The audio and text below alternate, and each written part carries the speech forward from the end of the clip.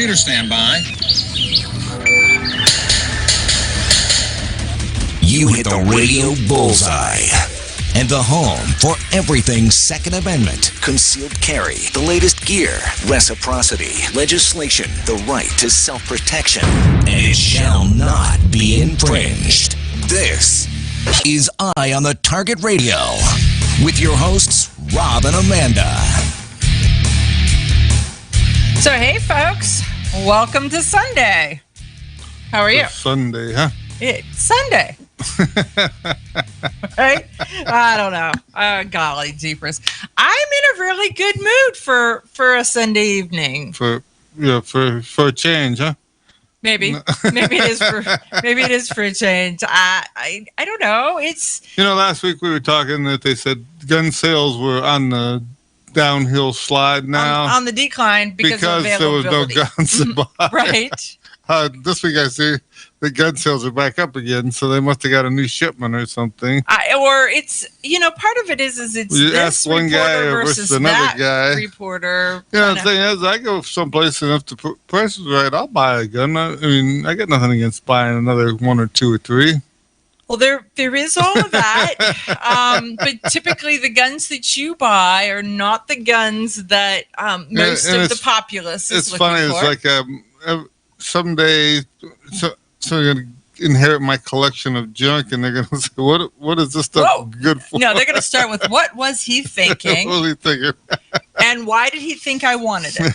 That would be, some people are like, oh, I just inherited mom's Hummel collection, or she's got little pink dishes, right? Whatever that is. And you're like, I have guns that you have to make your own ammo.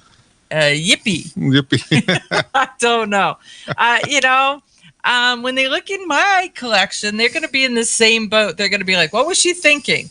But it's because, sparkly or shiny or, something. I don't. And it's funny is I got guns I carry with me every day, and I got guns that I just, if I'm going out in the yard, I take with me because me and the raccoon population have a ongoing dispute. Well, it's like I could either feed the raccoons or feed the cats, or the raccoons are eating what the cats are eating, and there you go. And my wife has these cats that she keeps on, and she feeds them. She takes care of. Your wife is an animal lover to the nth degree, right, who does everything that she can to help animals everywhere. Right. So, I'll give a possum a free pass, but raccoons, for some reason, we just don't get along. They're not getting a free pass. Well, I think it's because they do so much damage. They really do. Yeah. So I don't know. That's crazy. So I have been looking at a couple different things. One is that I have an invitation to do a speech for the Gun Rights Policy Conference that's coming up, and it's an entire virtual event. We'll fill you in more on the date when I remember it. I just know where you have to make sure it's funny, because when Charlie or Yehuda do it and it's got comedy mixed in with it, it's much better than when it's just a dry, boring speech. I'm not sure that the topic I've selected has a spot where you're really going to be able to involve comedy, since some of the portion of mine includes the headlines that say they are out to get you: riots, fires, crime, attacks. There's nothing funny or humorous in all of that. And then they're taking the money away from the police so that you don't have any backup either. So a little bit of all of that. So I have to put together for the Gun Rights Policy Conference. So the speech on what is the most important story of the year 2020. I think that you could put in the McCluskeys. Yeah, Mark and Patricia McCluskey. I think that their story is all encompassing of the gun shortage, the fact that everybody wants to get one. We need training. They're cutting back on the police. There's riots in the neighborhood. They're passing new laws to be against you. There's nobody coming when you call. So GRPC is going to be September 25th and 26th. It's all online. And I'm doing a shout out to Oregon right now, but it's all online for GRPC, which means that all of our listeners are available to be able to tune in and catch the Gun Rights Policy Conference. Because I have to say, a lot of yours and my friends have been asked to do presentations for the Gun Rights Policy Conference on different topics. And so it's really kind of interesting seeing where the topics are and how they're all putting them together.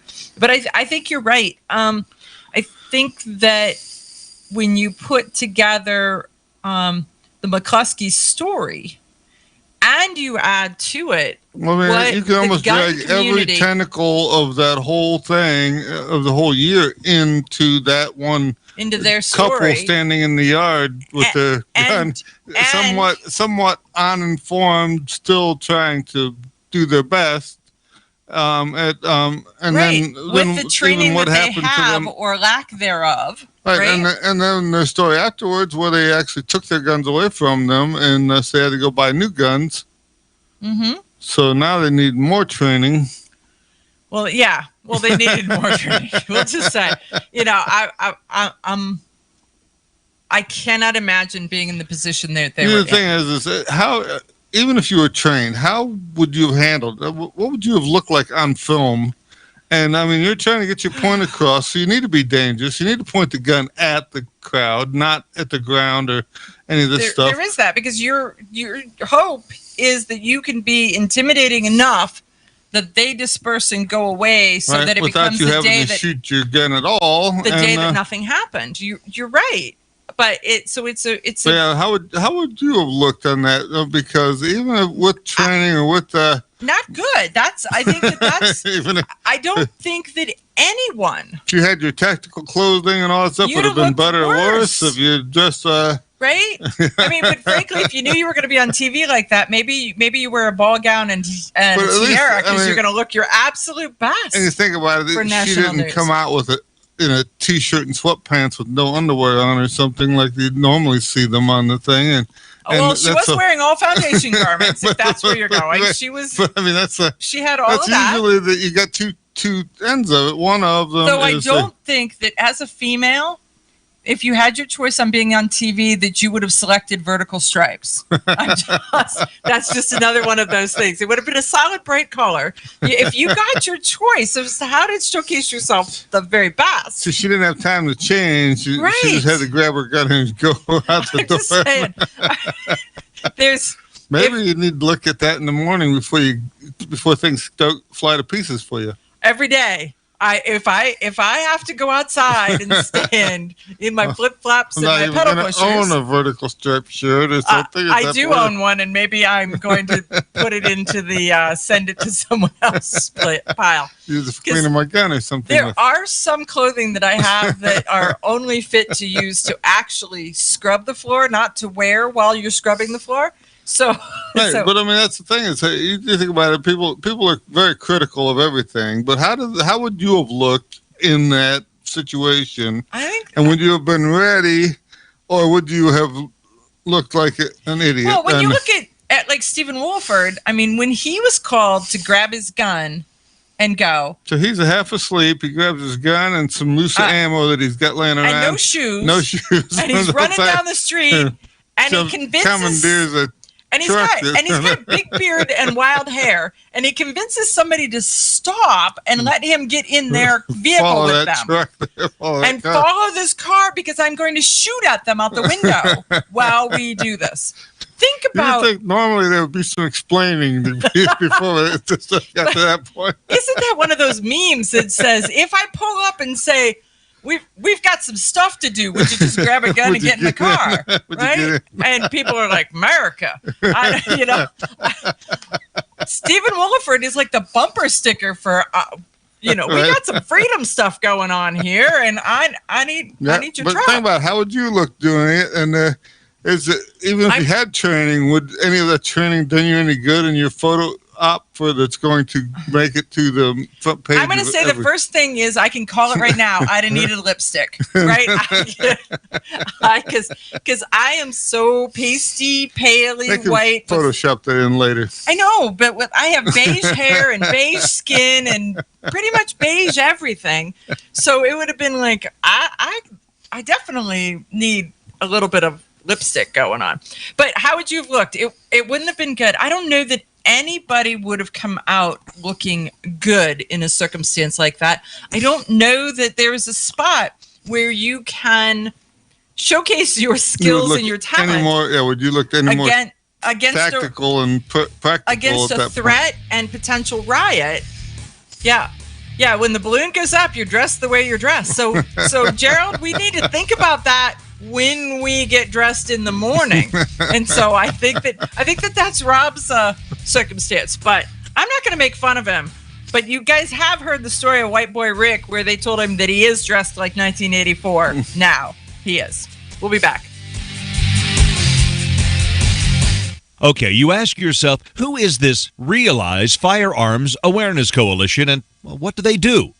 Realize Firearms Awareness Coalition is a not-for-profit group based in Portage County, registered as a 501c3, and organized to educate about the historical intent of the Second Amendment to the Constitution of the United States of America, to share knowledge, to enable citizens to accurately relate and defend aspects of the U.S. Constitution, to enhance public awareness and support for responsible gun ownership, and to emphasize firearms education for women who facilitate the transmittal of constitutional awareness and gun ownership to succeeding generations. How do they intend to do that? By talking to you all and having you talk back, by hosting educational summits and events. So tune in, listen, and participate. RealizeFAC.com. Your front door, your car, your gun. Safety is a habit. Gun safety and responsible storage are no different, and the best way to help prevent accidents, misuse, and theft. Cable locks help keep firearms secured. Learn how to get a free firearm safety kit. Visit projectchildsafe.org. If you have a firearm, own it, respect it, and secure it. Brought to you by the National Shooting Sports Foundation and the Bureau of Justice Assistance. Shotgun with Charlie. I'm Charlie Cook from Riding Shotgun with Charlie. Conversations in the car about gun safety, freedoms, and even a few laughs. Imagine you're in the back seat listening to an intimate chat with me and my passengers as we drive all around the country. Listen, watch, and subscribe to the Riding Shotgun with Charlie YouTube channel and podcast.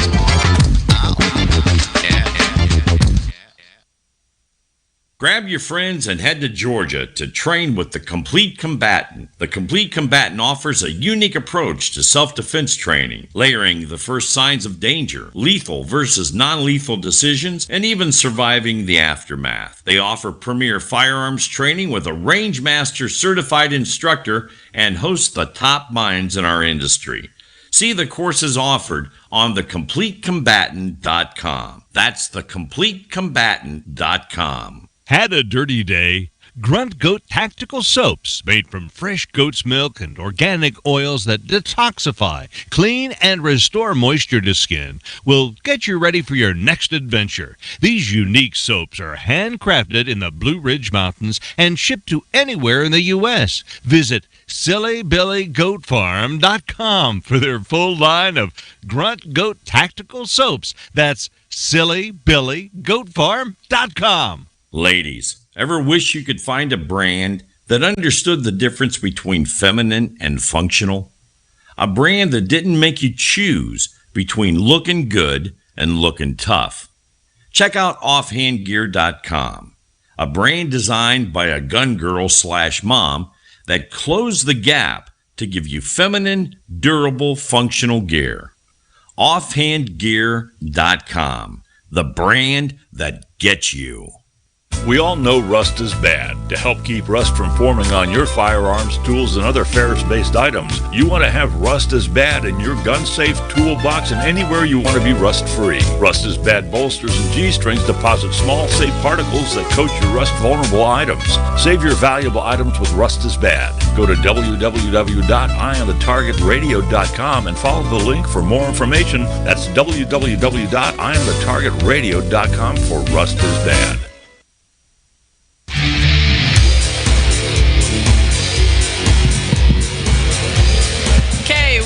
Are back in the history section, and I got to pick what I wanted to ask the questions about. And so we're going to talk about the history of the 30-30. So when did it start? What was going on? And how did we come about to get It was that? funny that everyone owns a 30-30. If you're going to own a gun, mostly you got a 30-30. I mean, the Winchester came out with this first smokeless powder cartridge in 1894.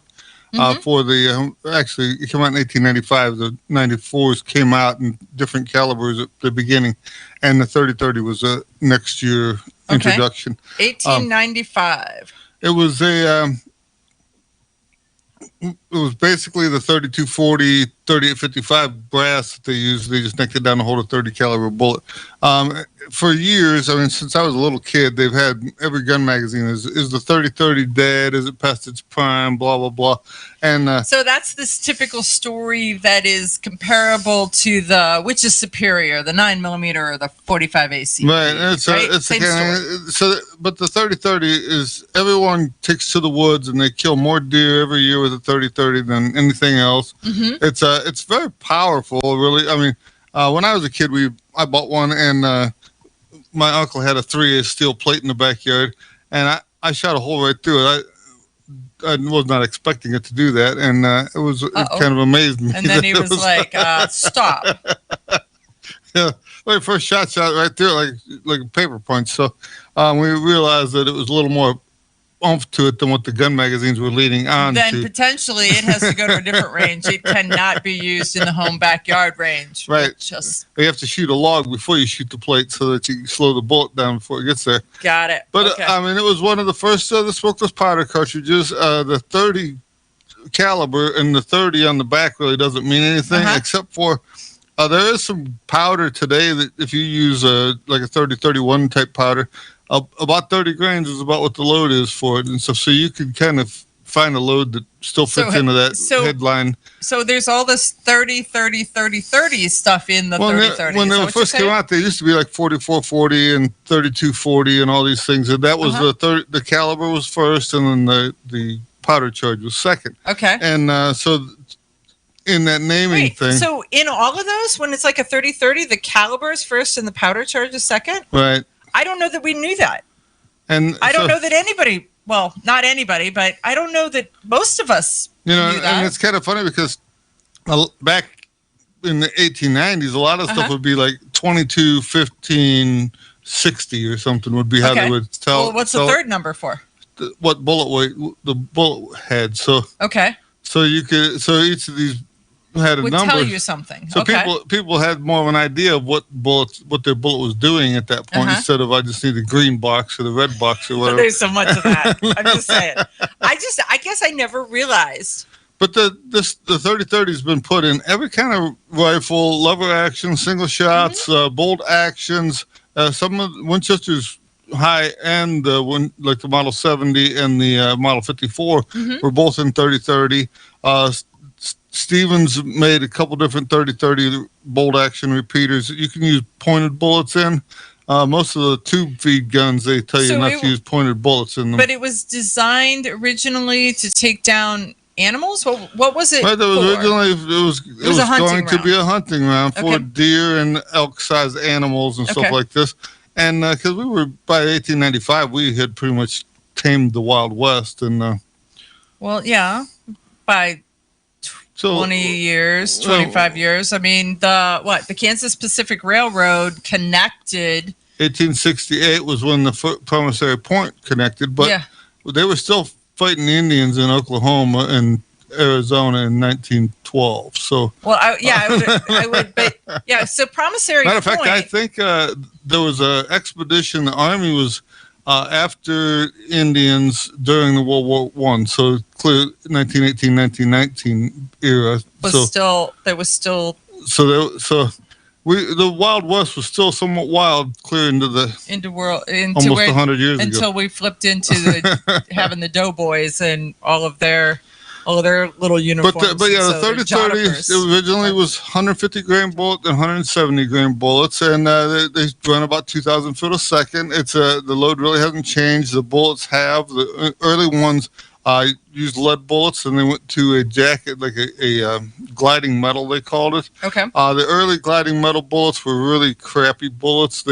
So how did kind of slid off in the early? How did they make the gliding metal? It was a lead bullet that was dipped in something. It was a lead bullet that was jacketed. It was wrapped with a jacket, but the jacket was some kind of a cupro nickel something or other. Okay. That, it basically just transferred from the bullet to the barrel and then clogged the barrel up.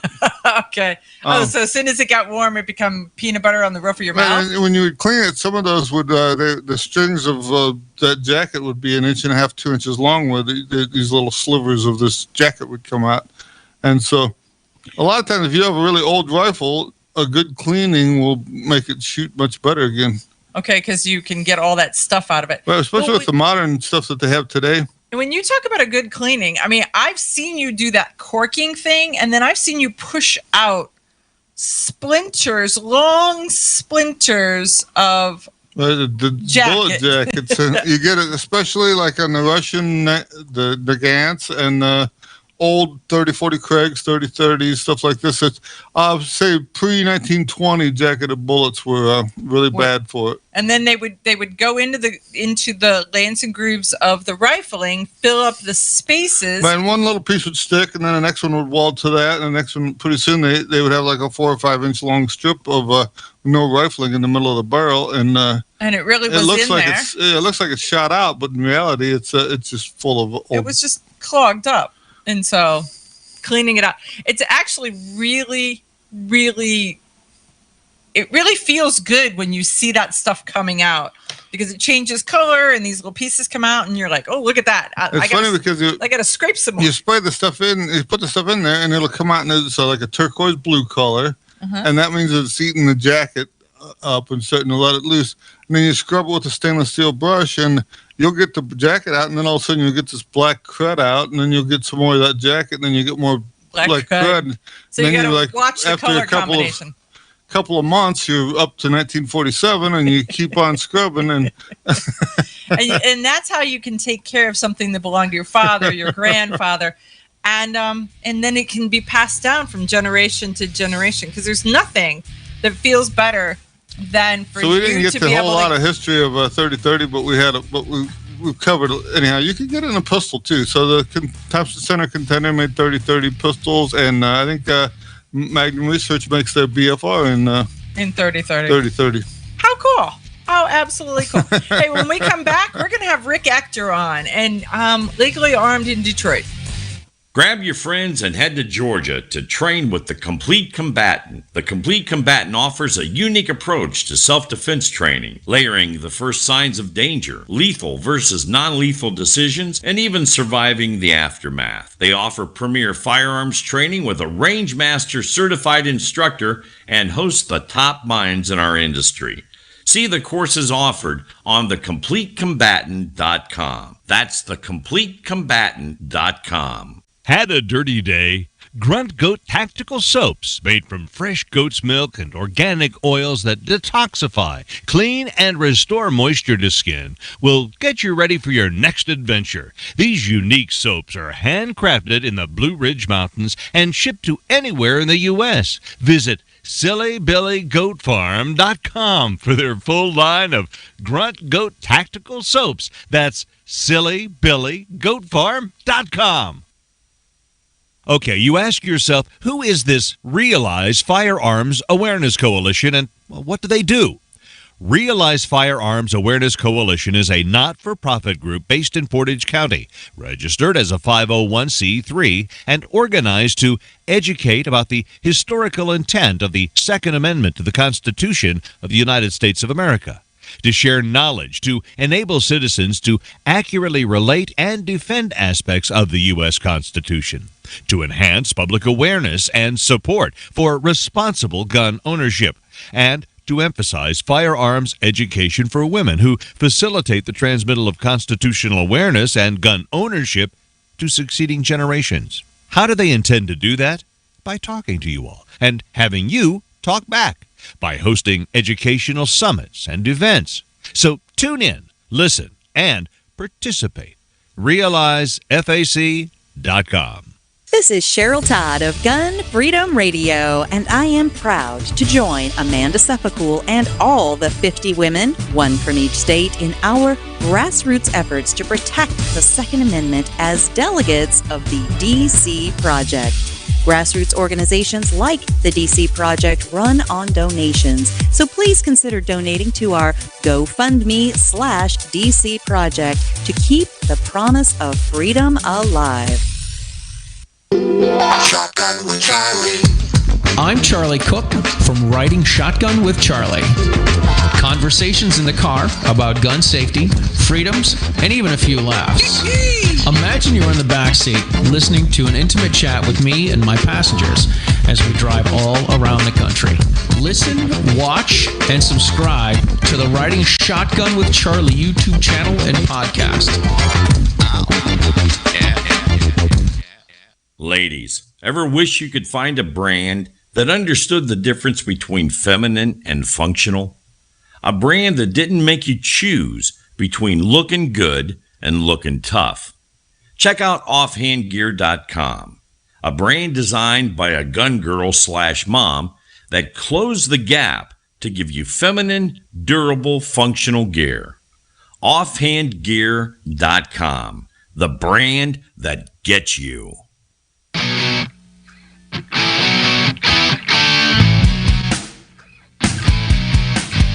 Hi, this is Paul Lathrop from the Polite Society podcast. I wanted to let you know that the show you're listening to is a proud member of the Self-Defense Radio Network. You can check out all the shows on the network by going to selfdefenseradio.net or tune in for more on Self-Defense Mondays on Karma Radio, krmaradio.com.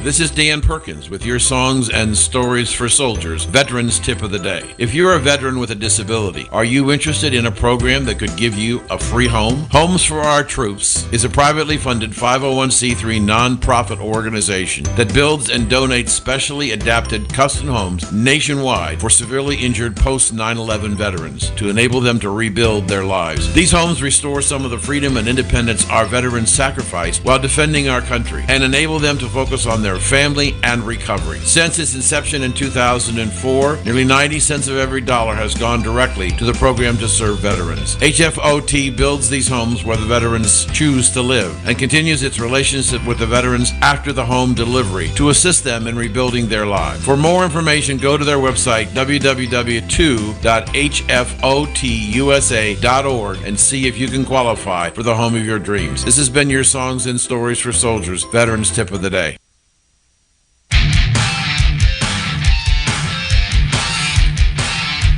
Hey folks, I just want to let you know that we have a guy on the line with us today that is absolutely making a difference in his community, in his neighborhood.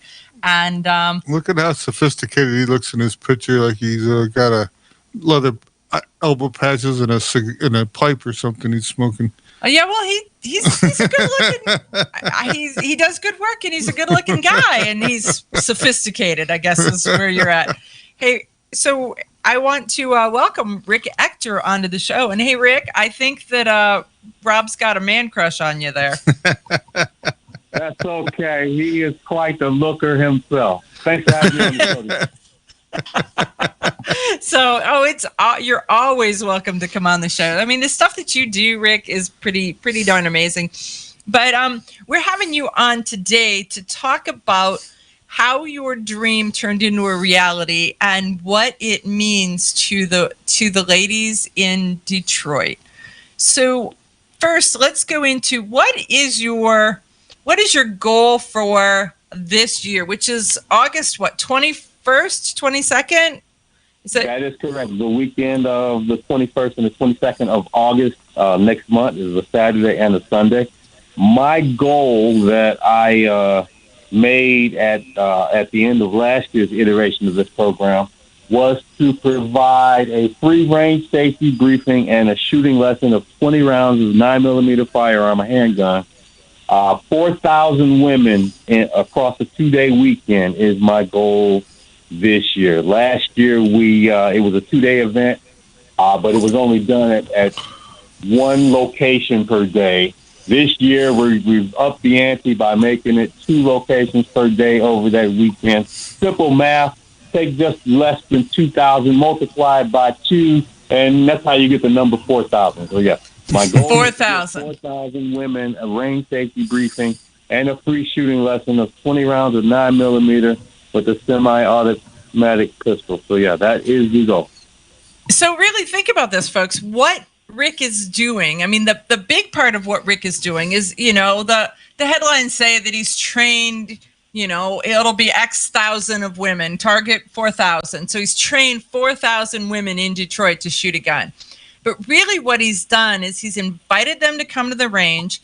He has walked with them while they got there. They learned what they were doing. They figured out what the front door looks like. They figured out what the back door looks like, how to get into the range. They figured out the terminology. They figured out, because the thing is that as they say in some things that your mind doesn't go, your body doesn't go where your mind hasn't gone before.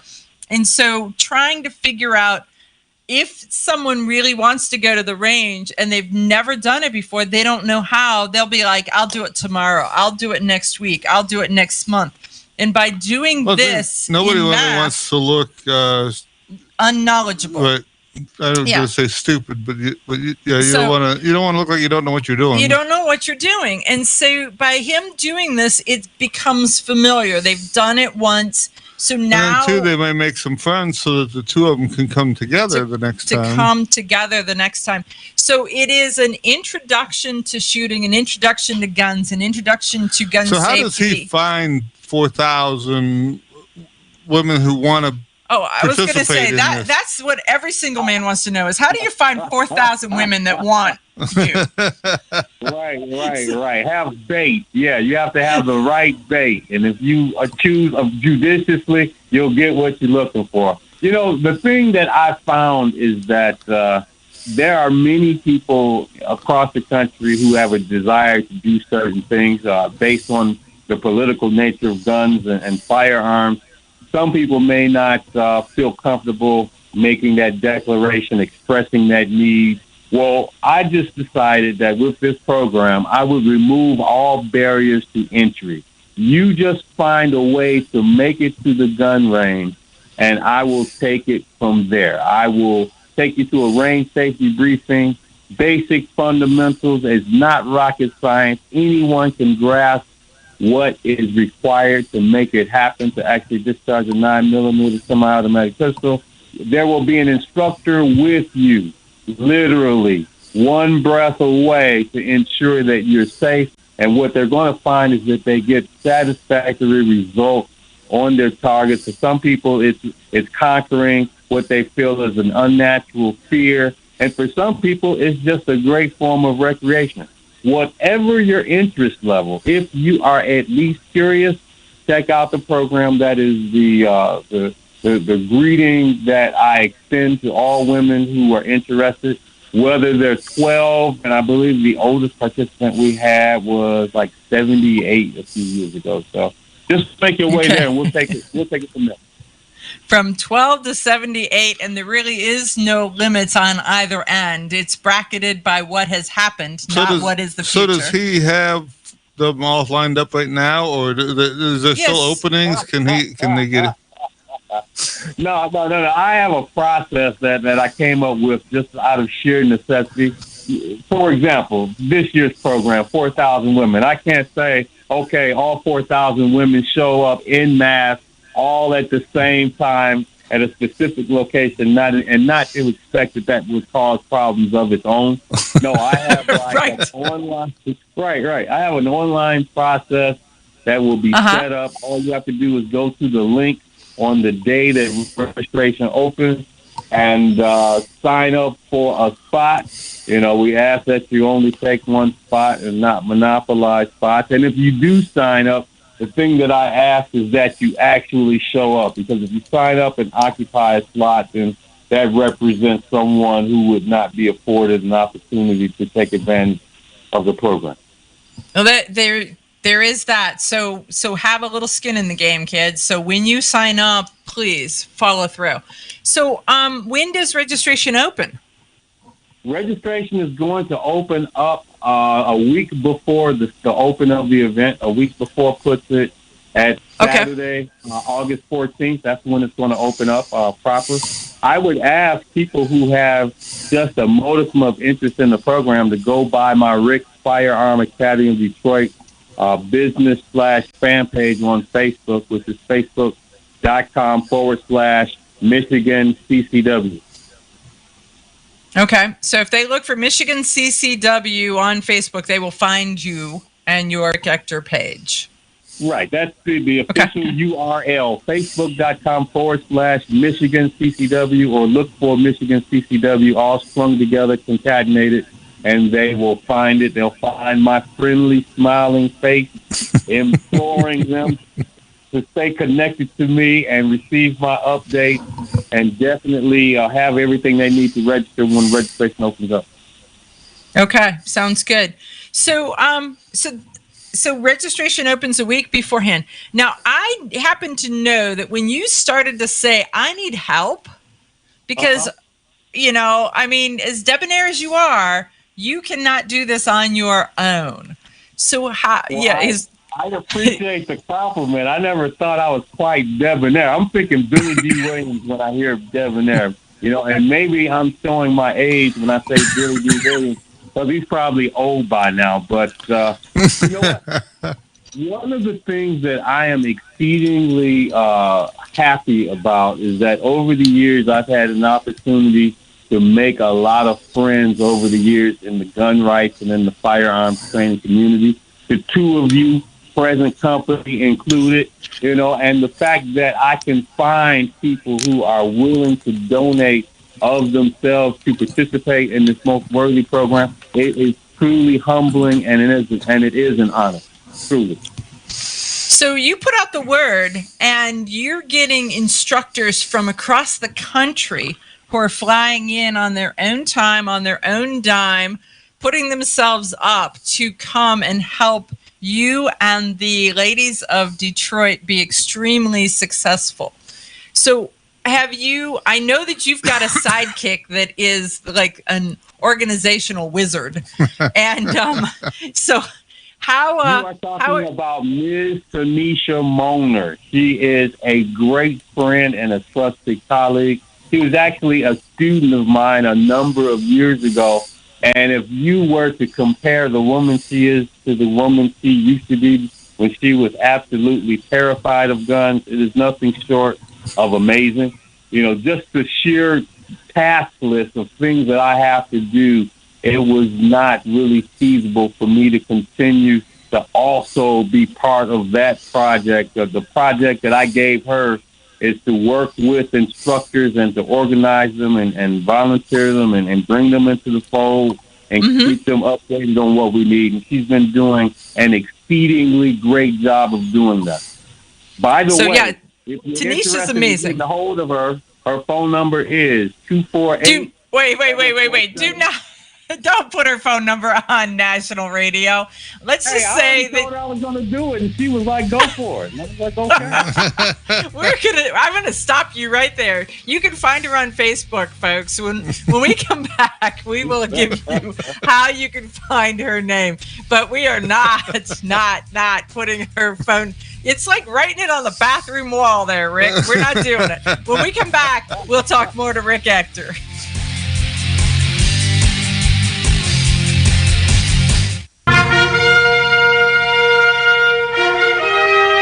Honest citizens like you protect themselves every day. We talk about it every week on the Self-Defense Gun Stories podcast. Were these gun owners lucky, or did they have a plan? How should we defend the people we love? We discuss recent examples on the Self-Defense Gun Stories podcast. Put us in your pocket.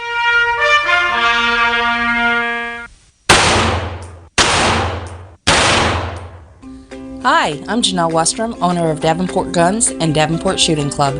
At Davenport Guns, we do so much more than sell firearms. We advocate for increased personal safety and security, not just for you, but your whole family and community. Go to davenportguns.com to see our online inventory and browse videos, articles, and things we just find entertaining. Sign up for our newsletter to learn more. This is Cheryl Todd of Gun Freedom Radio, and I am proud to join Amanda Seppacool and all the 50 women, one from each state, in our grassroots efforts to protect the Second Amendment as delegates of the DC Project. Grassroots organizations like the DC Project run on donations, so please consider donating to our GoFundMe/DC Project to keep the promise of freedom alive. Ladies, ever wish you could find a brand that understood the difference between feminine and functional? A brand that didn't make you choose between looking good and looking tough. Check out offhandgear.com, a brand designed by a gun girl/mom that closed the gap to give you feminine, durable, functional gear. Offhandgear.com, the brand that gets you. Okay, you ask yourself, who is this Realize Firearms Awareness Coalition, and what do they do? Realize Firearms Awareness Coalition is a not-for-profit group based in Portage County, registered as a 501c3, and organized to educate about the historical intent of the Second Amendment to the Constitution of the United States of America, to share knowledge, to enable citizens to accurately relate and defend aspects of the U.S. Constitution, to enhance public awareness and support for responsible gun ownership, and to emphasize firearms education for women who facilitate the transmittal of constitutional awareness and gun ownership to succeeding generations. How do they intend to do that? By talking to you all and having you talk back, by hosting educational summits and events. So tune in, listen, and participate. RealizeFAC.com. Shotgun with Charlie. I'm Charlie Cook from Riding Shotgun with Charlie.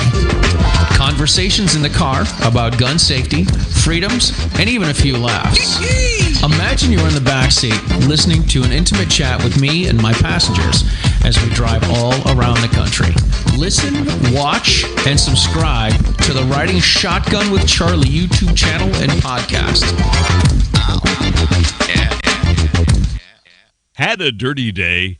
Grunt Goat Tactical Soaps, made from fresh goat's milk and organic oils that detoxify, clean, and restore moisture to skin, will get you ready for your next adventure. These unique soaps are handcrafted in the Blue Ridge Mountains and shipped to anywhere in the U.S. Visit SillyBillyGoatFarm.com for their full line of Grunt Goat Tactical Soaps. That's SillyBillyGoatFarm.com.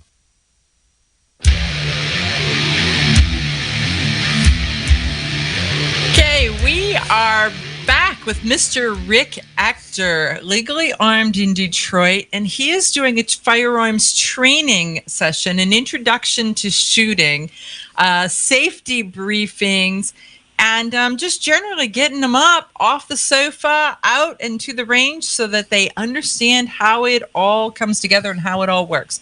So his target, his goal is 4,000 women as an introduction. Last year, Rick, how many women what was your final count on the women that you introduced to firearms? 1,938 was the final tally.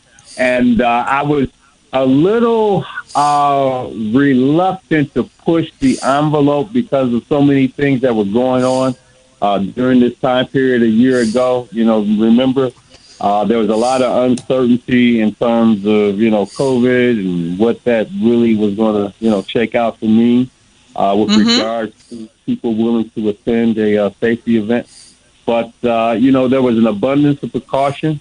We exercise best practices, and to our knowledge, no one has come down with COVID as a result of participating in that event.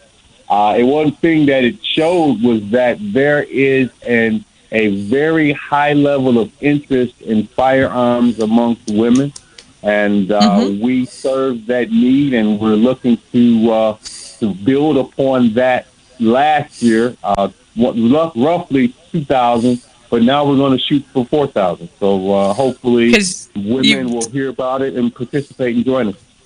You've doubled the capacity so you can absorb and support and do that. So when someone signs up and you say the registration opens Saturday, August 14th, when they sign up, they will get a time slot. And how long do they expect to be there from the time that their time slot starts to the end of their experience? Well, the time slots, I believe, if memory serves me correctly, were like 90 minutes to 2 hours time slots that they register for. Ideally, they'll come in, they'll get the range safety briefing, and then they'll start lining up to be assisted with the shooting exercise one-on-one with the firearms instructor. Okay. There are going to be a lot of women that's going to show up. Can they, when they get there, can they watch their friend do it before them? So they all get the safety briefing, and then can they be a spectator when their friend goes through their shooting experience? I don't know if that would be a thing that I could accommodate. What I would suggest is that friend also shoot, and they'll definitely. One of the typical things people usually do is when they shoot, get a picture of their target silhouette in the aftermath, and say, "Hey, look what I did, and I had such a great time." And it really gives a good buzz to the event, and after it's over, when they start posting stuff.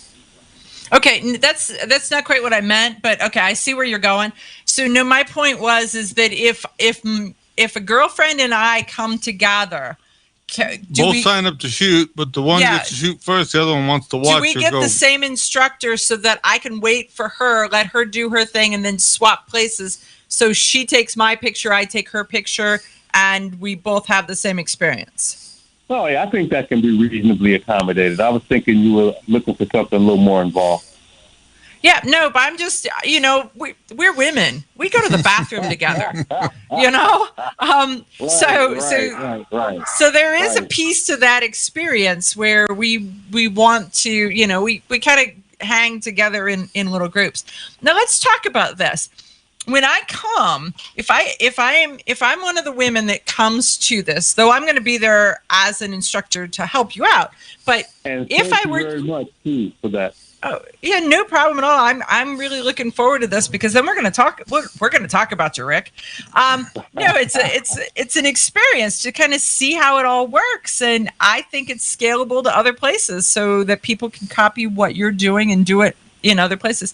But wait, where was I going? Okay, so if I come, what do I need to bring? I mean, I know that you have to have all kinds of gear when you're a shooter, eye protection, hearing protection, all that. What do I have to bring?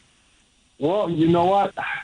Bring yourself, a friend or two, and a positive attitude. And if you are the type of person that wears a face covering, bring that. That's not required, but if that's what you want, fine. Bring it. I will take care of everything else. I will provide you with the range safety briefing. I'll match you up one-on-one with a firearms instructor. I will have a use of a 9mm pistol. I will provide you with ammunition. I will provide you with safety glasses, and I will provide you with earplugs. So look at that. Everything. Absolutely everything that we could possibly need. Some people associated with the gun industry that's going to have their table set up, and there might be some things that they might be giving out and handing out and that type of stuff. I know the last couple of years, Gun Owners of America have been giving out those nice, pretty GOA pink-colored hats that were, really popular. I'm not sure if they're giving out hats this year. I can't imagine why they wouldn't. I'm putting some subliminal pressure on them, but GOA is a major sponsor of this event. And they provided us with the eyes and the ears and funds for the target. So big shout out to GOA for the support for our third year working with them. Nice. Now you say that you want 4,000 women to do this. So in that 4,000 women, and each one of them gets 20 rounds of ammunition, that says in this day and age of nobody gets ammo, that you've got 80,000 rounds of 9mm at your beck and call. If we all didn't know that you were a technical professional, you are like an engineer, right? And people know you are good. People know you are good at math. And the next question is going to be, gee, where did you get 80,000 rounds of ammo? And I'm going to say this. You know what? It pays to be a outgoing, gregarious person that has the ability to meet people who can make a difference. And Justin Kazaroff, he has been a huge supporter of this program, and definitely his patronage and support has been immensely helpful, as well as the MCRGO, Michigan Coalition of Responsible Gun Owners, who provided a substantial donation to extend us the ability to get ammunition. So that's pretty nice. If I were the less upstanding and more skulkier person, I would say, Rick, where are you hiding all that ammo between now and then? But you know what? I haven't physically picked it up yet, and I'm dreading to go get it and actually move it and take it to the ranges, but it's one of those things that has to happen. hopefully I'll be able to delegate that to somebody who I can trust to make that happen. But yeah, I might end up showing up with a large vehicle and run the risk of committing a minor traffic infraction and have to explain why I have 80,000 rounds of ammo in my vehicle. Yeah, I'm thinking that's you'd need to do some math because the weight may be over vehicle limit. I'm not sure where you are, and I'm not sure. You may have to make a couple trips, so you're going to need a hazmat placard. But okay. Right. You ever see those news stories that said he had 200 rounds of ammunition, and I'm like, 200 rounds, man. I keep 200 rounds in the trunk. I mean, easily, that's nothing. Imagine getting stopped with 80,000 rounds. I would think that would make the news. We'll just say. So, if somebody's interested in being a volunteer instructor, where are they going to? So it's a ton. It's only 1,942 pounds. So it will weigh 2,000 pounds, Rick. So you're going to need to bring some helpers. So the volunteer instructors can reach out to you or to Tanisha, correct? And then go from there. I'll spell her name since I can't give out her phone number. Okay, do it quick. ISHA Moner, Moner. She's on, I'm not going to say that. She's definitely on Facebook. Reach out to her. Tanisha Moner. Moner? Moner. That is correct. Moner. Okay. Right. We will make sure that people get signed up. Rick, I look forward to seeing your face in person, and I want your event to be successful. Okay, you ask yourself, who is this Realize Firearms Awareness Coalition, and what do they do? Realize Firearms Awareness Coalition is a not-for-profit group based in Portage County, registered as a 501c3, and organized to educate about the historical intent of the Second Amendment to the Constitution of the United States of America, to share knowledge, to enable citizens to accurately relate and defend aspects of the U.S. Constitution, to enhance public awareness and support for responsible gun ownership, and to emphasize firearms education for women who facilitate the transmittal of constitutional awareness and gun ownership to succeeding generations. How do they intend to do that? By talking to you all and having you talk back, by hosting educational summits and events. So tune in, listen, and participate. RealizeFAC.com.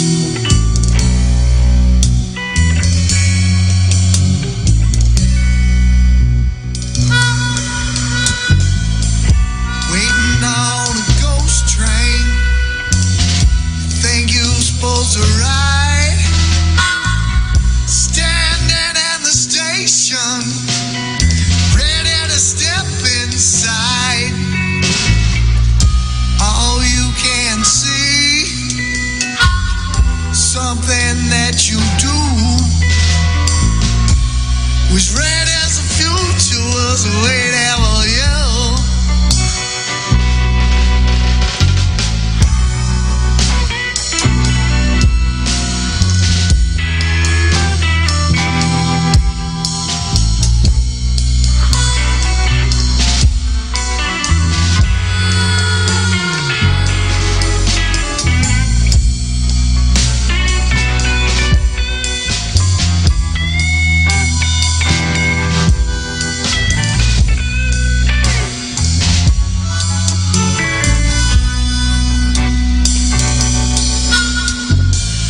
Train rolls in the station. You cannot make a move. Something inside you gives you heat, and then you know it's true. Is the fog lifting, or is it in your mind? You stand frozen as time unwinds.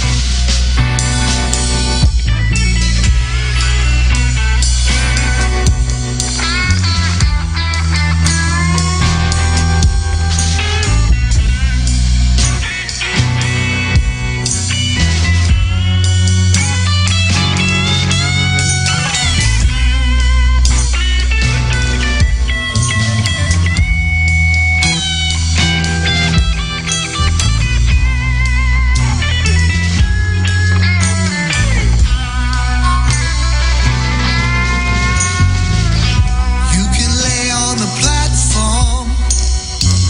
You can weep and moan. Or you can reach your hand up and stop standing alone. Let them take your hand as you lift your face. Rise and take your place.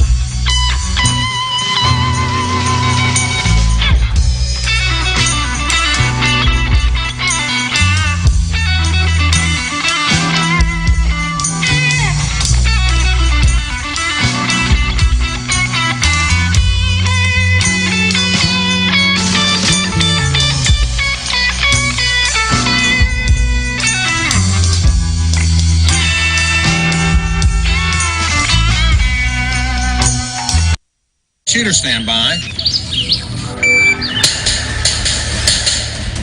You hit the radio bullseye. And the home for everything Second Amendment, concealed carry, the latest gear, reciprocity, legislation, the right to self-protection, and it shall not be infringed. This is Eye on the Target Radio with your hosts, Rob and Amanda. Hey, folks. Let me tell you a little bit about our friends at CNJFO. So they are in the heart of New Jersey, which is a civil rights wasteland. New Jersey has a unconstitutional legal standard called justifiable need. Where in the Bill of Rights does it say anything about need? Well, New Jersey thinks it does. So the New Jersey laws keep ordinary citizens from exercising their rights to bear arms. New Jersey does not stand for freedom, does not stand for the Bill of Rights, and does not really recognize the Heller decision. Really. So New Jersey's they have anti-gun politics, and it's like a spreading cancer. The Coalition for New Jersey Firearms Ownership, the Coalition for New Jersey Firearms Owners, CNJFO.com, is a tax-exempt not-for-profit that has a goal to eliminate justifiable need. And in order to do that, they need your help. So I want you to check them out. Go to their website, sign up for the newsletter, make a donation, and support them. Don't tell them to move out of New Jersey, because guess what? If they move, that spreading cancer moves across the country. Stay there and fight, and we will support you as you fight. CNJFO. And so they're trying to return freedom to the Garden State. What do you think of that? Yep. Well, they got a big fight ahead of them, but I think that we're making steps all across the country in that thing. Mm-hmm. It's kind of funny when you look at it. The president is shooting his mouth off about 9mm and 120 round magazines, and right. But locally you're getting groups. So it's the states' rights versus the federal rights, and so the federal is just coming after guns left, right, and center, right, and the states are going, okay, yeah, we're not. They don't seem to have much traction on the states' rights part of it. They have things where sanctuary cities or what do they call it? The constitutional carry. Right. So sometimes they'll pass the constitutional carry. Sometimes they don't pass it. Here's one in Louisiana. They thought they had a veto-proof override, but then it didn't work out for them. They thought they had the numbers to be veto-proof, and then the governor vetoed it, and then they couldn't get the numbers together. But but that means that they don't have constitutional carry in Louisiana. But that I'll tell you, sometimes this is kind of like learning how to jump rope. You kind of get started, and it's coming. That may get them motivated next time to get to. But then Indiana, instead of bothering to try to pass laws like this, they just gave away free lifetime concealed carry permits. So once you apply, you get a lifetime one. Right, and they said that the numbers have gone crazy. They were doing. Let's see. In the year 2020, they had 20,000 new applications. I think that's what it says. In 21, now they have 1,200,000 and some thousand or something like that. It has an increase. So it's increased overall to 1,120,144. Right, so if you're going to get it for free, now's the time to sign up. Now's the time. It's for me. So the interesting part about this article was that once it got free, the first 24 hours of application, 7,136 people said, if it's free, it's for me. And they applied for their free lifetime concealed carry permit. The first 24 hours, most people are still not believing that it's actually happened. There is that. Now, the other part is that in this article that was written by Dean Weingarten, and Dean Weingarten writes on AmmoLand, and he is definitely somebody to follow. Keep an eye on him, because when he speaks, he's like E.F. Hutton. When he speaks, you listen. But there's this pattern, and the pattern that we've seen in 20 other states, says Dean. First, a shall issue carry permit legislation is passed. Then the permit numbers rise, state legislators pay attention, and the restrictions on permits are reduced. And so in Ohio, it's reduced and reduced and changed and changed and changed. Finally, well, they keep talking about constitutional carry, but it hasn't come here. But we're going to... We'll be like number 46 or something. Ohio's not the bravest state at all. They never are going to say Ohio is first. Our mantra is going to be Ohio is number 40, right? In any state event that happens. We're Me Too is where our bumper sticker is. So you know, enough of the feel good stuff. Now we got some not feel good stuff. We do have. Remember when John Kerry went to the UN and he signed the Arms Trade Treaty? Yes. And then he brought it back and he put it on the shelf, and everybody's sitting thinking nothing was going to happen. And then Trump went to NRA in April and said of 2019 and said he was unsigning it. And so he did that in July. And so now here... so that was he did it in July 18th of 2019. Okay, so the interesting part was Kerry signed the UN Arms Trade Treaty in 2013. So it sat from 2013 to 2019. So it sat for 6 years as a ticking time bomb, waiting for a Senate majority that would then ratify it. And they didn't get that. And then Donald J. Trump vetoed it, sent it back, and said it's done. But now they're going back. So they're having a new arms trade treaty conference, the seventh conference, seventh. So I don't know what the timing is between each conference, because this has been more than 7 years overall. So this is the seventh arms trade treaty conference in Geneva, Switzerland by the UN. And it's happening August 30th through September 3rd. But here's what's important is we thought, we dodged that bullet. He refused to ratify that. He refused to send it to the Senate. He rejected it, sent it back. President Joe Biden, what's he saying? Well, I mean, that's the thing is he can sign it, and I think he's pretty close to have enough to make it happen. He has to have 2/3. He has to have 2/3 in the Senate, and right now he's got a Senate balance. But the interesting thing is part of the Democratic platform said that they believe in the arms trade treaty. They believe that the UN should have soldiers in the United States. They believe that the UN gets to say what the United States gets to do with their Second Amendment. I think if Nancy Pelosi wants to see what an armed insurrection looks like, that'll be the day. You send the blue helmets into the United States to enforce any law, and you're going to really get to see an absolute livid group of U.S. citizens. So that's kind of where that's going. But pay attention to this one, because you're going to see something. And right now with who is the news and how is the news and what the news is saying, the interesting part would be that they may not even tell us. So here's some good news we didn't know. The FBI is dirty. Okay.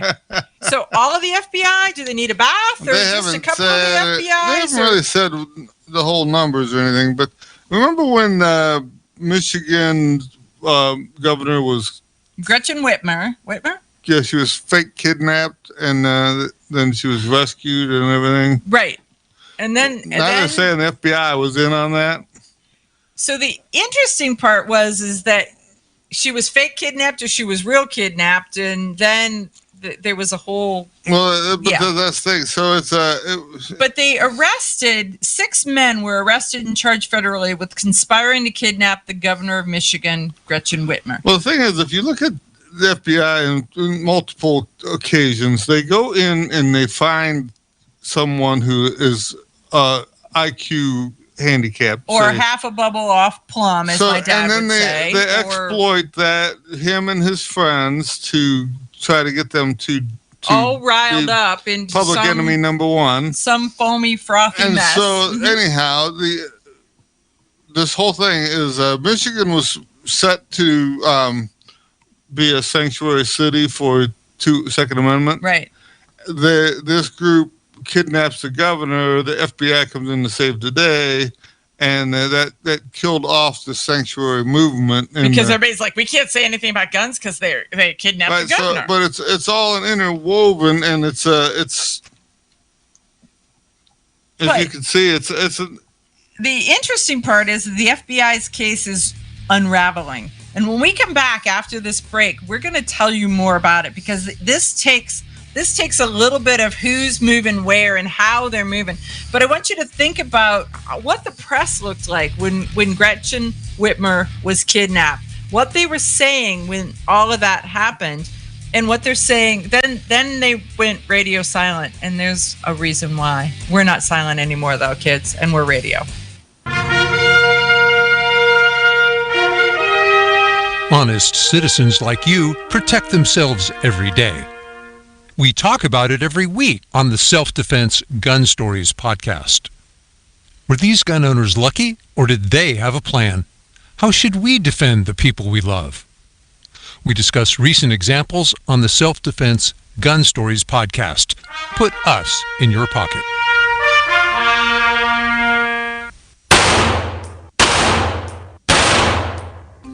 Hi, I'm Janelle Westrom, owner of Davenport Guns and Davenport Shooting Club. At Davenport Guns, we do so much more than sell firearms. We advocate for increased personal safety and security, not just for you, but your whole family and community.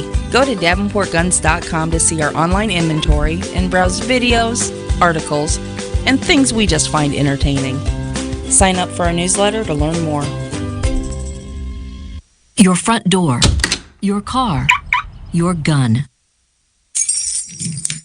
Safety is a habit. Gun safety and responsible storage are no different, and the best way to help prevent accidents, misuse, and theft. Cable locks help keep firearms secured. Learn how to get a free firearm safety kit. Visit projectchildsafe.org. If you have a firearm, own it, respect it, and secure it. Brought to you by the National Shooting Sports Foundation and the Bureau of Justice Assistance.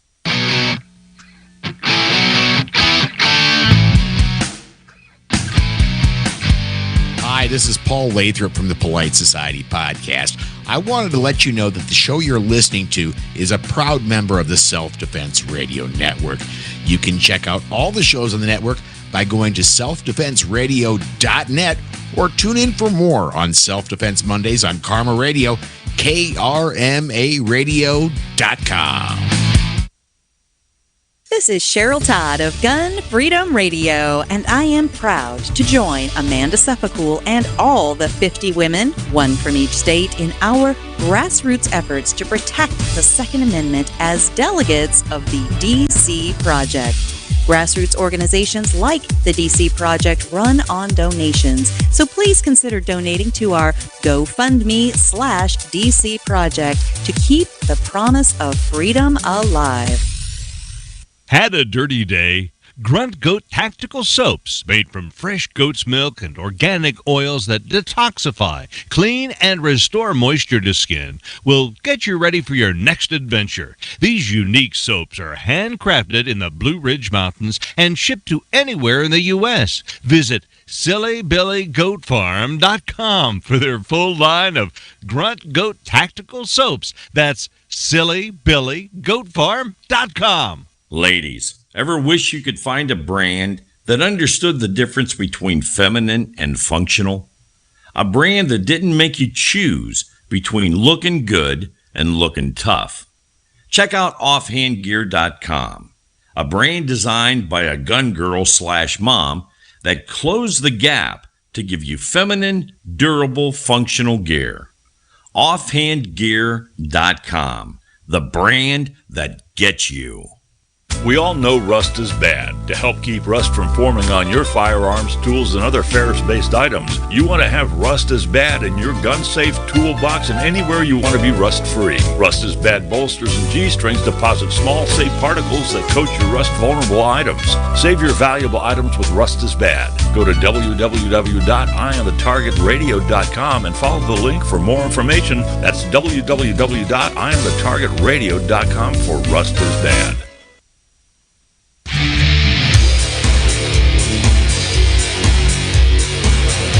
Okay, so what's happened was that we're talking about Gretchen Whitmer, the governor of Michigan, there was a conspiracy to kidnap her, and then what happened was the days after the arrest, Facebook shut down the Michigan Second Amendment Sanctuary Facebook page, had 100,000 members, and they said that group was rabble-rousing, and they shut them down. So they woke up this morning, everybody was blacked, everybody was kicked off, and 95,000 people disappeared off of their Facebook page. And then they went after the people who were the admins for that page, and they shut down their personal pages. So they shut them down, shut them up. So that was an interesting thing. And the page was used by Michigan Michiganders as a way to organize and share information on how local municipalities and counties could pass resolutions to declare themselves Second Amendment sanctuaries. And you're seeing that all over, the Second Amendment sanctuaries. But they shuttered the pages of them, the group's founders, the group's administrators, and they said that Facebook said that they shut down the Second Amendment sanctuary page because they have a policy on militarized social movements. So talking about something that is a federal legislation or a state legislation would then be a militarized social movement if it is involving the Second Amendment. How crazy. So then the FBI said that they relied heavily on confidential human sources and undercover employees. That is who helped them break this story. And so not all of the confidential human sources or not all of the undercover employees were present at all times. So at least one of those two groups was usually present during the group meeting. So that means that they were paid by the FBI to be an employee of the FBI and to be there. And so the interesting part was the informants acting under the direction of the FBI played a far larger role than had previously been reported. Working in secret, they did more than just passively observe and report on the actions of the suspect. Instead, they had a hand in nearly all aspects of the plot, starting with its inception. Okay, Yes, so there. If you look into other things, the FBI, there was a woman a couple of years ago. She was actually made it onto the national news, and her son is mentally handicapped. Okay. They actually bought him a van. They got him set up in doing stuff, and he was not capable of doing any of this stuff. Well, he kept the van and everything secret from his mom and for a long time. So they helped him hide from his caregivers. Right. And as a developmentally disabled person, they encouraged him and exploited him. That would be right. Yeah. So in this, they say that in short, there would not have been a kidnapping plot at all without the FBI informant's involvement. Okay. Pay attention. So who was the bad guy here? Right. So everybody else is like, hey, let's get down to the bar. And then, hey, let's kidnap the governor. And hey, follow me. And hey. And then in the end, it was like, look, they did it. See, I taped them. I only said all this stuff to see if they would go along. Really? Well, like your mom used to say, if your friends jumped off a bridge, would you follow them? Well, there's a story about the road to Abilene, and this is kind of that kind of a thing. Okay, so yeah, there are people who should not. It's not a brilliant idea, and why?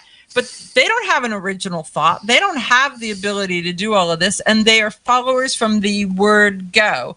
And so let's scoop up all of the followers. Let's scoop up all of the people who have their need is to be included and be important and be whatever, and give them the tools for them to make history, if you will, in a negative aspect by our U.S. government and our U.S. government salaries and our U.S. government monies.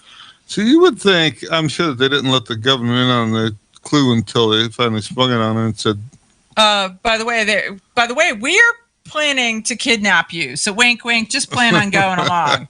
You know, I doubt that they told her that, but anyhow, we'll just take you for ice cream and say we kidnapped you. But you would think she would be mad at the fact that the FBI was behind this. She ought to be livid, but in the spin that she got, I'm sure that she wasn't told that. It was those bad guns and those bad gun people. And so...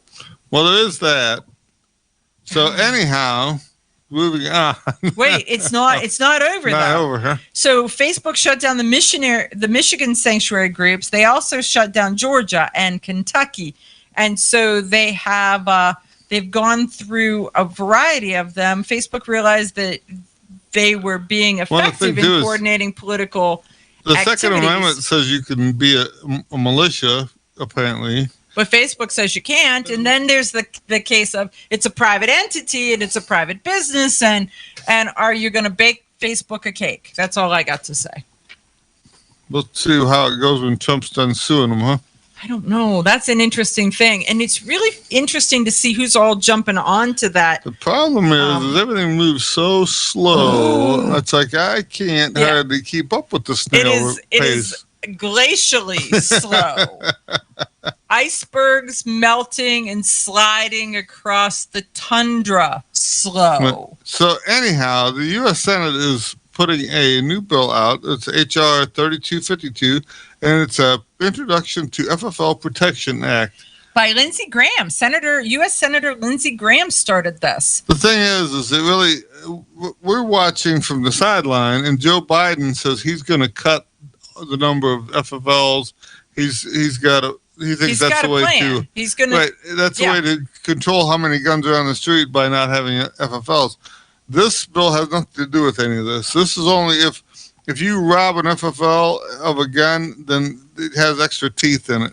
Well, but and it's that nothing makes about sense. saving the FFL. No. It's only about saving the inventory of the FFL. Well, but at least prosecuting. So if nothing else, I mean, those of us with guns say that if you use a gun in a crime, the prosecutor should not be able to negotiate the gun charge away. And so this would strengthen that up. But there's so many smash and grabs, drive through the front of an FFL. When you go to your gun shop, pay attention. Are there concrete barriers? Are there planters? Are there trees? Are there big bumps? Are there metal grates? All of that stuff is there to keep the bad guy from doing a smash and grab. Grab your friends and head to Georgia to train with the Complete Combatant. The Complete Combatant offers a unique approach to self-defense training, layering the first signs of danger, lethal versus non-lethal decisions, and even surviving the aftermath. They offer premier firearms training with a range master certified instructor and host the top minds in our industry. See the courses offered on thecompletecombatant.com. That's thecompletecombatant.com. Had a dirty day? Grunt Goat Tactical Soaps, made from fresh goat's milk and organic oils that detoxify, clean, and restore moisture to skin, will get you ready for your next adventure. These unique soaps are handcrafted in the Blue Ridge Mountains and shipped to anywhere in the U.S. Visit SillyBillyGoatFarm.com for their full line of Grunt Goat Tactical Soaps. That's SillyBillyGoatFarm.com. Okay, you ask yourself, who is this Realize Firearms Awareness Coalition, and what do they do? Realize Firearms Awareness Coalition is a not-for-profit group based in Portage County, registered as a 501c3, and organized to educate about the historical intent of the Second Amendment to the Constitution of the United States of America, to share knowledge, to enable citizens to accurately relate and defend aspects of the U.S. Constitution, to enhance public awareness and support for responsible gun ownership, and to emphasize firearms education for women who facilitate the transmittal of constitutional awareness and gun ownership to succeeding generations. How do they intend to do that? By talking to you all and having you talk back, by hosting educational summits and events. So tune in, listen, and participate. RealizeFAC.com. Ladies, ever wish you could find a brand that understood the difference between feminine and functional? A brand that didn't make you choose between looking good and looking tough. Check out offhandgear.com, a brand designed by a gun girl / mom that closed the gap to give you feminine, durable, functional gear. Offhandgear.com, the brand that gets you. We all know rust is bad. To help keep rust from forming on your firearms, tools, and other ferrous-based items, you want to have Rust is Bad in your gun-safe toolbox and anywhere you want to be rust-free. Rust is Bad bolsters and G-strings deposit small, safe particles that coat your rust-vulnerable items. Save your valuable items with Rust is Bad. Go to www.eyeonthetargetradio.com and follow the link for more information. That's www.eyeonthetargetradio.com for Rust is Bad. your front door, your car, your gun.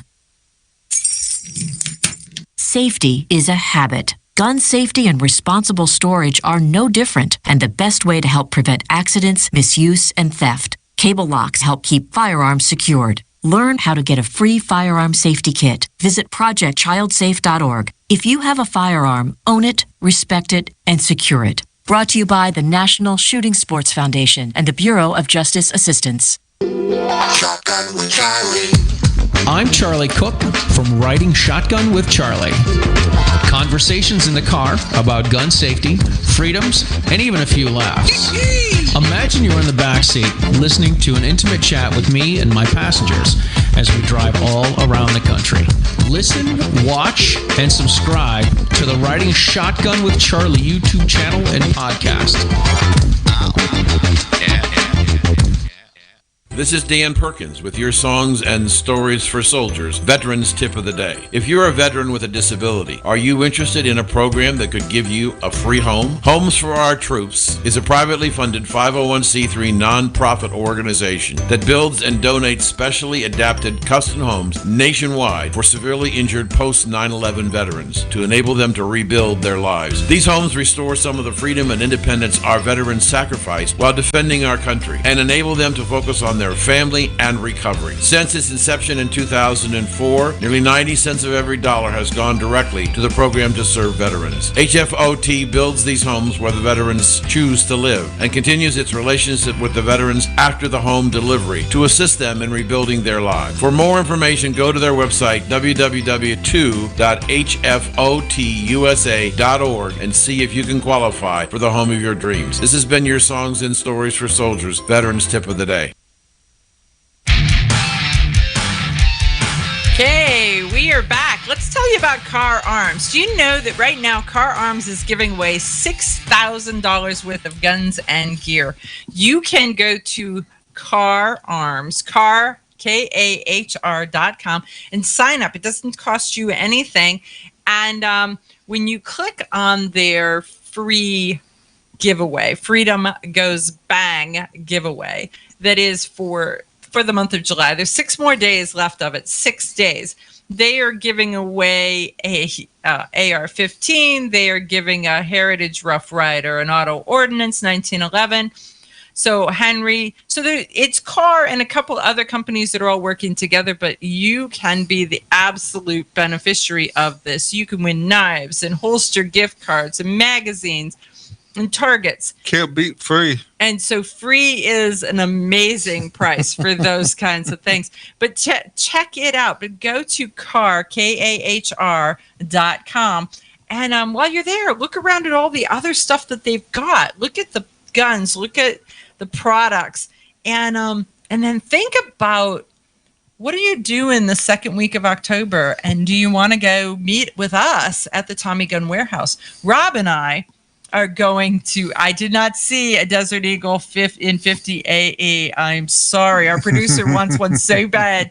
But you could come to Scranton with us. You could go to the event there. It's a multi-day God and Guns Freedom Festival. We have a lot of fun there, and It is a lot amazing. of people. There is a lot of people, in thousands of people. There are educational seminars, and some really, really good food. So the combination is guns, education, and food. It is. Rob's all in. I'm all in. Rob can't beat that with a stick. Rob is all in. Yeah. So last month we told you about Sarah Jean Elwood. And Sarah Jean Elwood is what we call a straw purchaser. Have you ever heard the term straw purchase? Why don't you tell them what straw purchase really means? That's when you buy a gun for someone else who cannot pass the background check. So if they're ineligible, whether they're underage, they have some type of disability that precludes them from buying a gun, like they're a felon or something, or and that. So you're basically you're buying it and then handing it over to them so that it breaks that chain of ownership, so they can't hardly track it. Well, the interesting thing is that Sarah Jean Elwood and 2 others worked together for her to be the straw purchaser. So she would actually go through the background check, buy the guns, get back in the car with two precluded individuals, sell the guns to them at $100 more than what she paid for them. And from August to May in Minnesota, she bought 56 guns. The last time we talked, it was 47. They've since found more, 56 guns. She bought 47 of them. So from August to May, she bought 56 guns. She'd got $100 per gun out of this. And so she started to ramp up her purchases. And so in May of 2021, which is when she finally was busted, she had bought 47 guns that month and sold each one of them back. So are they actually going to do something to her? In most cases, you find that they catch these people and then they plea bargain it all away. This is why this story, I keep going back to double check to find out what is more of the story. So as of right now, it's on a national level where they have, they're going after her. So we'll see what happens. Well, I mean, they should get her and the other couple of people that are in with her, and they should actually do something to them. And they should never see the light of day again. That should be that. I'm going to stick with see the light of day. You're saying a dirt nap, but it's like we pass all these laws hoping to catch somebody to stop them from doing it. Right. And then when they catch them, they don't do anything to them. So there's no deterrent at all they restrict everyone else's rights because this may happen, and then when this happens, they don't do anything to it, and they should be doing it. And the people that are in the states like New Jersey and New York that really have the strict gun laws should really be fired up about the fact that they don't do anything to them when they catch them. Should be fired up. Absolutely fired up. So, okay, what do you got next? Well, Portland's wondering why they're having issues. Dave Workman wrote an article that was published in AmmoLand about the homicide surge. They've cut $15 million from the police budget, and then they've lost 125 officers. And they're wondering why the homicide rates are up and everything else is going. So, and it's obvious where I sit, says the mayor, Ted Wheeler, that we do not have adequate resources deployed on our streets in a proactive way. Isn't that? Well, if they catch them, do they let them go too? I don't know. So the interesting part is that we're watching on a little bit of political jockeying where they're saying, okay, they've defunded the police, they've pulled money away, they're sending social workers. And we've had multiple stories where social workers who did not sign up to be the community police, they signed up to help people in need. They end up getting shot or killed or raped or murdered or bad things are happening to them when they're putting them in positions to where they're using them as auxiliary police officers. And they can see that there's a problem. It's primarily in the democratically held cities and stuff. But yet they tend to try to turn the news and twist it to where it's the Republicans who want to defund the police and stuff like this. But it's not happening in the rural communities. It is happening in the urban communities. And so that's that. But you're seeing it on the news right now where they're saying the R's versus D's, the theys versus us, whatever that is. They're saying, oh, well, it wasn't us that wanted to defund the police. Sure. Go back, do some sound bites, listen to it. Google is your friend. Use the Google. Wouldn't it be fun if Liar's pants really did catch on fire? That would be it. It would be entertaining as all get out. You'd be standing there and periodically, poof, there you go. Smolder pants. See, now in my mind, it's full flame. Dancing, stripping, full flame. Gotta start somewhere, though. It's a little smolder. You got a little smoke, right? Okay. Wouldn't it be great if the pants really did start on fire? I just don't understand this. There's the reality, and then there's this alternate reality, and it's like what I said yesterday really isn't what I said today. I can just re-say it. I have some friends who are retired police, and they were like for the the urban development areas of downtown Cleveland where the city built housing, and then they don't put city cops in there. They put their own private police in there. Okay. And these guys would say that they would catch somebody, a bad guy, doing something that was illegal, and by the time they took them downtown, booked them through the system, and then got back to their beat, that guy was already back on the street doing. It took the police longer to do the reports at the clubhouse or field house. For the guy to get out of jail and back to where he was at doing whatever he was doing. I don't think it's called a clubhouse. What's the police station? Back at the police station. Back at the clubhouse, the field house. Words fail me. Back at the police station, they are doing their.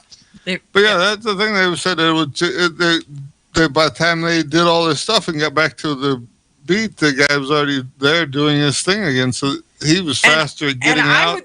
I would think that there would be a whole lot of nanner going on, right? If that's where you are. And so, I mean, when you have conversations with some of the older police officers, it's really kind of funny listening to some of it, because they're like, yeah, we found out that it actually was more beneficial to just take him to another community and toss him out and let him have to work. Instead of arresting them, they would just load him in their car and run him south 50 miles or something and throw him out. And that way he had no way of getting back to his neighborhood. And he actually had to think about it while he was hoofing back, is what their thought was. They're like, look, I just want to be a big enough burr under their saddle that they stayed away from me. So it was like, that's logic that I don't. Well, what did it hurt? Their pride. We have a couple of friends who elderly police officers, and they talk about back in the day the actual sheriff's department would haul the guys to the penitentiary or and stuff, and he's like they would be wearing handcuffs and leg braces and all this stuff, and then they try to get them into a little diner or something on the side of the road. And the woman's going to give them knives and forks and silverware. They don't need silverware. He's not getting any of that. We're getting him a sandwich because he's not getting. Yeah, he's not getting any utensils. Right. We're not getting soup. We're getting a sandwich. Yep. And he's getting a napkin and a sandwich. I can see that. Yeah. Do not do a place setting with a knife in front of this man that is wearing handcuffs and leg cuffs. Just don't. But if you're always used to setting this stuff out in front of him, I could see where that would be like, I didn't think about that. I didn't think about that. Imagine. I don't know. I can't even imagine being one of the police officers who'd had to fly with someone while they're wearing handcuffs. We'll be back right after this. Hi, I'm Janelle Westrom, owner of Davenport Guns and Davenport Shooting Club. At Davenport Guns, we do so much more than sell firearms. We advocate for increased personal safety and security, not just for you, but your whole family and community. Go to davenportguns.com to see our online inventory and browse videos, articles, and things we just find entertaining. Sign up for our newsletter to learn more. This is Cheryl Todd of Gun Freedom Radio, and I am proud to join Amanda Seppacool and all the 50 women, one from each state, in our grassroots efforts to protect the Second Amendment as delegates of the DC Project. Grassroots organizations like the DC Project run on donations, so please consider donating to our GoFundMe/DC Project to keep the promise of freedom alive. Ladies, ever wish you could find a brand that understood the difference between feminine and functional? A brand that didn't make you choose between looking good and looking tough. Check out offhandgear.com, a brand designed by a gun girl/mom that closed the gap to give you feminine, durable, functional gear. Offhandgear.com, the brand that gets you.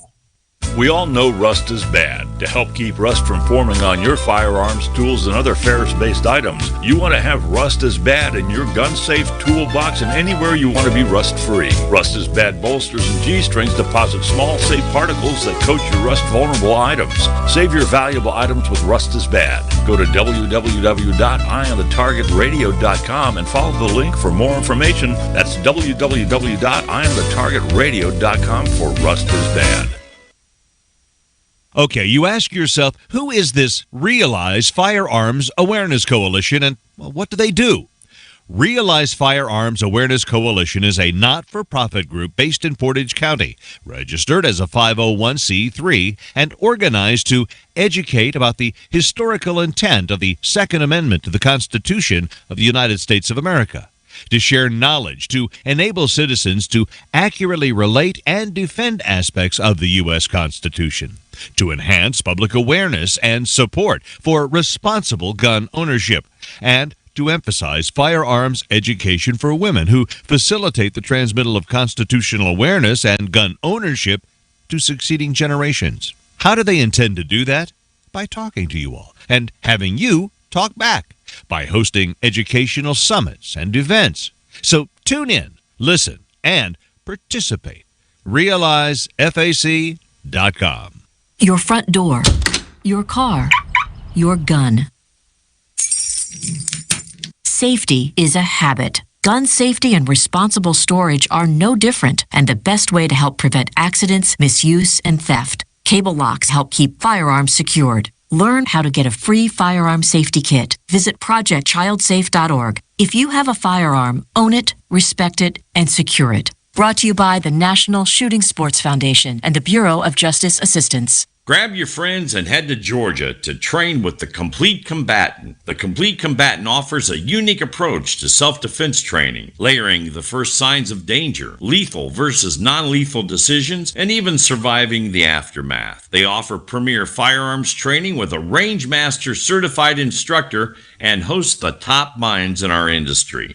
See the courses offered on thecompletecombatant.com. That's thecompletecombatant.com.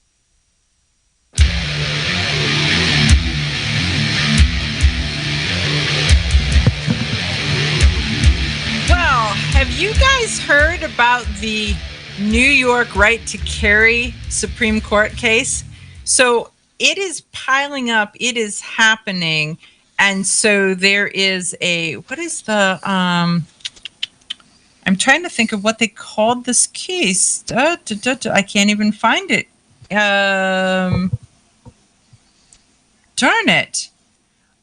So it is, I can't even tell you. I'm done. For the New York Rifle and Pistol Association. It begins with a C, and I can't think of what the name of the what the other guy's name is, and the article does not say that. It just says it's an amicus brief. But one of the things that I'm stuck with is that, and somebody could tell me if they know it, because people know this case and it's on the tip of my tongue. I just don't have it. Is that everybody is piling on with this amicus brief because it's got a whole paragraph of different of the names of people who are in it.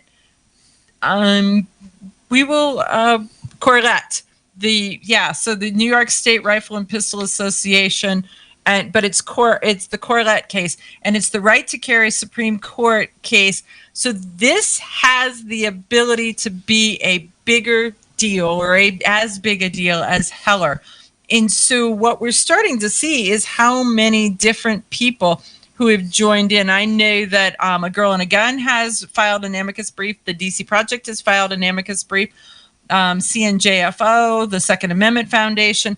So they are all friends of the court's briefs about the right to carry case and how everybody is got something to say. And those briefs then help when it gets into the Supreme Court. So pay attention to the fact that it is going to be heard by the Supreme Court sometime in October, some late fall. And then we will hear what they decide 6 months later. This article lists 15 different people who So are. Florida Carry, Grassroots North Carolina, the Virginia Citizens Defense Leagues, Minnesota Gun Owners Caucus, Sportsmen's Associated for Firearms Education, and so many more.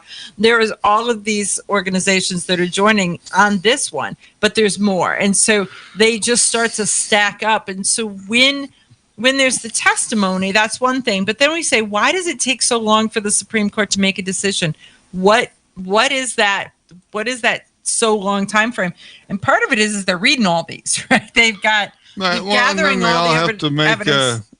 They have to write an article why they're for it or against it. So if no matter which side they're on, they have to fill out all the paperwork and make sure that the Supreme Court does because a everybody lot. should have questions, although most people don't bother to ask them. This way, then by reading their decision thing, then your decision, and you get to know.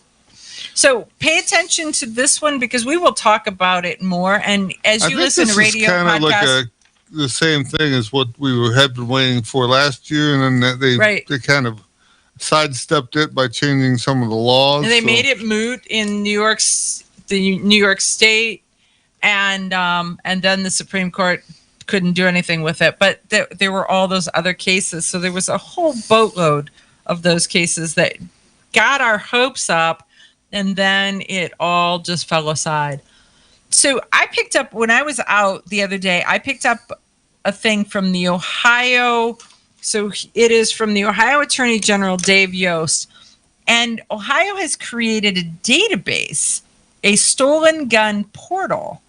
And it's the first in the state. Well, it's a state portal, so it's the first in the state because it is the state portal. But okay. So sometimes they tell us the obvious. But I don't know if it is the first in the nation, this stolen gun portal. But I want to reach out to the Ohio Attorney General and ask them to come on the show because I've got questions, and I've got so many questions. And one of them is when a gun gets on the portal, and then let's say my gun was stolen. And you get it back. And I get it back. But it's on the portal. Does it come off the portal, or who's in charge of taking it off the portal? Whose job is it to do that? How long can I expect it to stay on the portal? If I am involved in it, if I'm using it for concealed carry, and then I'm stopped or I'm involved in a shooting, am I in trouble? Do I have an issue? Right. Also, too, if say something happened to the gun and it was destroyed during this time frame, it was. Does it come off the portal? Yeah, does it come off the portal, or is it just a never-ending list of guns that they're looking for that they're never going to find because they don't exist anymore? So then all of a sudden you have to go through 50 million numbers it instead just takes of looking time, for longer and longer for it to roll through the data. So I know that was radio, and I'm doing sound effects. Sorry about that, kids. I talk with my hands, and I do sound effects. I have a couple of guns that I have filed that had gone on walkabout, and they for a while the sheriff would send me a letter like once a year to make sure that the gun was still missing, and then they give up on it. So I don't know how long they look for that stuff. I don't know. The interesting thing and this is the one that put frosting on my cupcake, was the fact that you had actually found one of your guns that went on walkabout, and it was now in the possession of a 4470 registered firearms dealer. Right. I'm sorry, not FFL, not a 4473. It was in the custody of possession of a firearms dealer. And so you notified the police. The police said, we'll go down and buy it. So, so instead of them just getting my gun back and giving it to me, they wanted me to go and pay for it. Well, and the FFL had a trail for how they got it. So instead of them prosecuting their way backwards or investigating their way backwards, they were like, well, there it is. You could go buy it. I didn't go buy it. It's still in the wind. And as far as I'm concerned, it's still missing. And that just made me angry, because when we talk about a system that should work, that would be that when you find your own stuff and you can't get it back, that's just a crock of cheese. It really is. So an interesting piece of information there. So, okay, what else you got? A lot of the stuff we've gone over a little bit. I mean, This one here was Supreme Court says the guy because he had a felony for not paying his child support, he's lost his ability to have guns. And this felony stays with him because he failed to pay his child support. So since the issue is a felony is a felony. So do you get involved in politics to make this not a felony, that a misdemeanor? Where do you it's the loudest person that makes a law, but the laws are the laws are the laws, however those work. So we've got like 2 minutes. So tell me, what is the next thing that you are going to go practice when you go to the range? Because you go to the range pretty darn often. And I want to start this to get people to think about what do they do and how do they practice? I like to shoot longer distance. So when I'm there by myself, I try to shoot small things at long distances. Okay.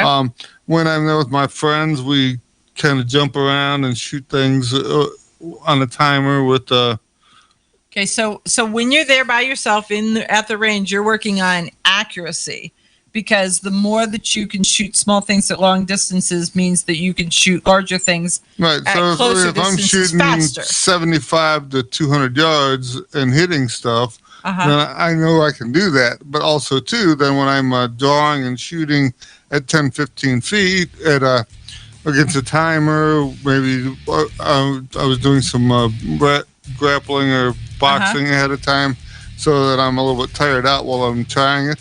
It's just every little bit of that skill helps me out, and it's entertaining too. It's entertaining too.